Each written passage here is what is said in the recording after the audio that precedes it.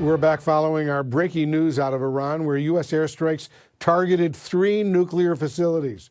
Joining us now is California Republican Congressman Darrell Issa. He's also the vice chair of the House Foreign Affairs Committee. Congressman, thanks so much for joining us. What's your reaction to these historic U.S. airstrikes against Iran's nuclear facilities? Well, thanks for having me on, and thanks for covering what will be historic events, but they're no different than the historic events under Reagan, Clinton, Obama, in Libya, Iraq, Syria. This is the first time for Iran to feel the pain for their wrongdoing and their ambitions to enrich uranium far past any civilian use. Some Democrats, as you know, Congressman, are accusing President Trump of violating the U.S. Constitution by not seeking formal congressional approval for these strikes on Iran. Listen to Senator Adam Schiff of California earlier today. Listen to this. This was not constitutional, was not lawful in the absence of a declaration by Congress. How do you respond to that?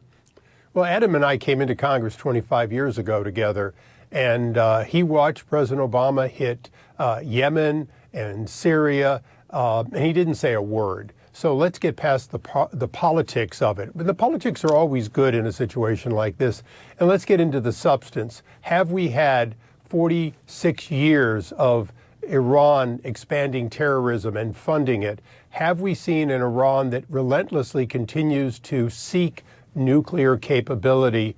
And have we had an Iran that for the many years now has literally shelled commerce of not just Israel, but when you look at the closing down of the Egyptian Suez Canal, effectively as a result of the Yemen bombing, what you see commerce for all of us adversely affected. So yes, nuclear was the reason to go in now, but it certainly wasn't without other good reasons where we should get the attention of Iran and change their behavior. And that's the reason that President Trump is reaching out an olive branch after he got their attention. I hope he doesn't have to get more of their attention, but clearly he's willing to do so if that's what it takes to get them to the bargaining table to actually quit exporting terrorism. But do you believe, Congressman, there was a, quote, imminent threat from Iran right now to the United States? Well, a threat to the United States directly, is Iran an existential threat to us? Probably not.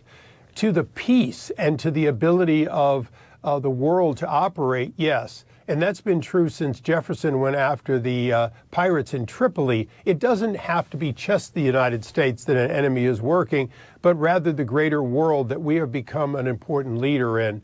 And that was true, quite frankly, when you looked at weapons, chemical weapons in Syria under Obama. Syria was not a direct threat to us, but they were, in fact, murdering their own. And President Obama made that decision, and he made it unilaterally. And I would hope that all my Democrat colleagues would look and say, how do we engage positively together to support a president who is, as we speak, saying he'd rather negotiate than bomb, but he'll do what he needs to do to get them to the table? Republican lawmaker Congressman Thomas Massie, a man you know, had this to say to CNN. Listen to this. I think there's a conundrum there with the speaker's assertion that there was an imminent threat. If there was an imminent threat, not call us back from our recess. We were on recess last week, and I went to special effort to offer a war powers resolution while everybody was on vacation. I was able to put it in the hopper during a pro forma session. But in reality, if Speaker Johnson thought that America was in danger imminently, he should have brought us all back to Congress, yet he did not. Do you think, Congressman, the president should have carried out these attacks without congressional approval? Well, he certainly should not have told us well in advance so that it could leak out and jeopardize the men and women who went in harm's way on behalf of America and the rest of the world. Was the speaker made aware that a strike was imminent? I'm sure he was. Does it make sense to tell 535 of us all those secret items? No. As a matter of fact, the unique effectiveness of sending B-2s out and having them discovered heading to Guam was a wonderful diversion that probably made those many aircraft, the 125 aircraft, safer in doing this job in a very surgical fashion. But do you think the president should have at least notified the bipartisan so-called Gang of Eight who are responsible for national security in the House? Well, as Vice Chairman of Foreign Affairs, I'm not part of the Gang of Eight. But what I would say is I was certainly well aware that a strike was imminent, that the president was making it clear that 2 weeks was the maximum, not the minimum, and that 60% in plus uranium in large amounts, that enriched uranium was many times more than would have any civilian use, and therefore gave them a head start to going to war with nuclear capability. And again, you know, I've listened to the words 2 weeks for a long time. It's not about 2 weeks. It's about the intent, the willingness, and the continued progress that was happening. 60 days ago, the president made all of us in Congress well aware of what would happen if Iran didn't take a turn toward peace.